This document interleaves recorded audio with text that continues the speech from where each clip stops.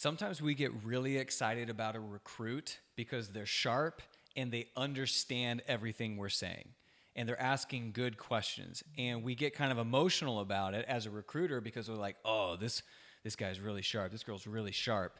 They understand everything I'm saying, because the last couple interviews it was like confusing, and so if you're doing a bunch of interviews and they're at this level but you really want it to be at this level, you get someone in the middle, you're like, oh, they're amazing, but then you forget to ask the really important questions that then tell you that they're going to be effective at this role. And so I'll give you an example. If someone is really excited about the job and they're, again, asking all the right questions, and they're like, okay, well, that makes sense. The content makes sense as to why that would be effective. And they ask another question, and all of a sudden you're like, this person's sharp.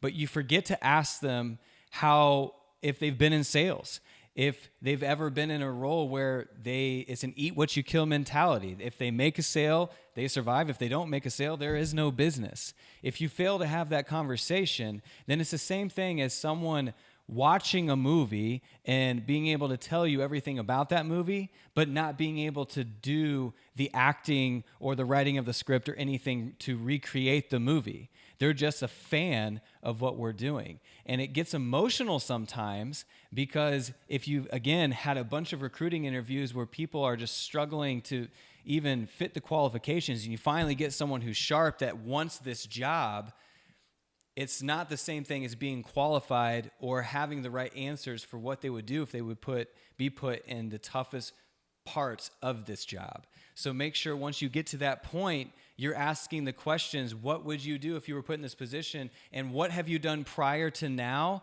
that makes you think this is a good fit for you in this role?